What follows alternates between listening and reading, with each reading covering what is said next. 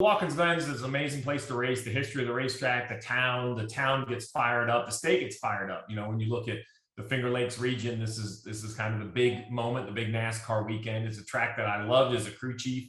Racing there with both Jeff Gordon and Dale Jr. always fun.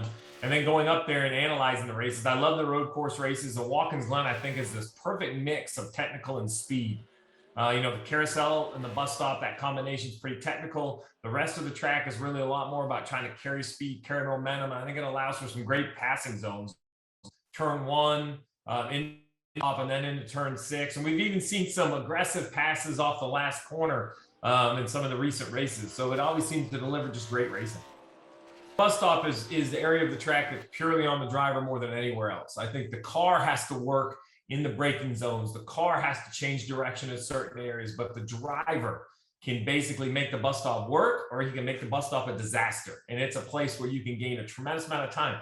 Now, not much passing happens there, a lot of passing into the bus stop, but what the bus stop does is create a ton of lap time. And if you're good there, it takes the pressure off the race for the racetrack, gap the guy behind you, give yourself a little bit of breathing room through the carousel to complete your lap. If you struggle there, then you got to chase your way through the carousel the whole time, checking your mirror, trying to figure out how to get into that long straightaway, heading to the left-hander back towards the garage. Last year was just so crazy. We saw the schedule change all around. And I think last year's lack of Watkins Glen makes this year only more special, right? It's a track that's been on the schedule for a very long time. I know drivers look forward to going up there. The race fans look forward to having us. NBC, we look forward to going up there and covering the races. So it was different, and it was disappointing not to head up to New York. And more than anything, to be quite honest, as amazing as the track is, as amazing everything is, it's really all about the fans. And in my mind, it was disappointing not to deliver a NASCAR race to that region of the country that has become accustomed to one. And more than just accustomed to one, they come out and support it. The fans are everywhere. Campgrounds, in the grandstands, it is an electric atmosphere. And I think that's why when it went away last year, it was so disappointing. One thing we learned in the pandemic is sports are great, but fans make sports. And NASCAR was very proud to return as one of the early sports back.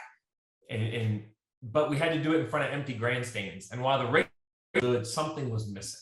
And it just reminds us how important that is. You would think with these super loud race cars at 100 miles an hour, that the fan interaction doesn't have a lot to do with the race. And I would argue, but it's electric. You hear it at driver introductions. I feel it the mentality of the drivers getting in. When they drive through that to head into the circuit of Watkins Glen and they see all the campers and all the crowds, I think it gives them the level of the event they're getting ready to take part in. And that's what makes racing special. That's what makes sports special. What I've learned in NASCAR over the last few weeks is you better not expect anything, because I surely didn't have Eric Almirola going to victory lane at New Hampshire. So while Chase Elliott should be the favorite, and while I expect Martin Truex Jr. to run well, if anybody is ready to hand out a trophy, I would say just hold on a minute. Chase won at Road America, but there's a lot of ways to lose a race. There's a lot of ways to mess up a race at Watkins Glen. And what Chase has done, it wouldn't shock me if he wins his third in a row. It wouldn't shock me if he gets beat. And I think that's what makes NASCAR so spectacular currently, is the level of competition, the number of winners we have. Remember, the playoffs are fast. They are approaching very quickly. And I feel that pressure through the field is really setting the tone. Eric Almirola's win at New Hampshire changed everything. Richard Childress Racing went from having 2 cars safely in the playoffs to having 1 car in and 1 car out and only a few points between them. So the whole landscape changed with that win. And I think we're going to see that momentum, that pressure cook transfer over to racing at the Glen.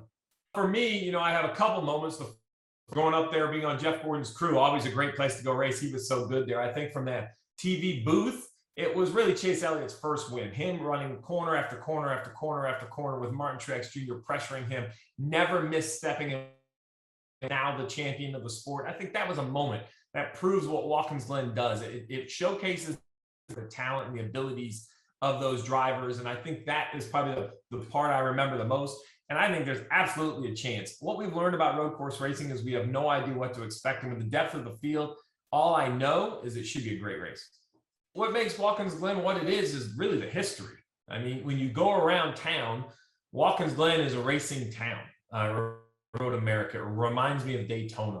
It has far beyond NASCAR. And I think it's great for NASCAR as a go to a venue, to go to a town that loves racing, not just NASCAR. From back early on in the Formula One days to the sports car days to the Trans Am days, Watkins Glen has always been a place for great racing. And I think NASCAR is fortunate to get to take part there.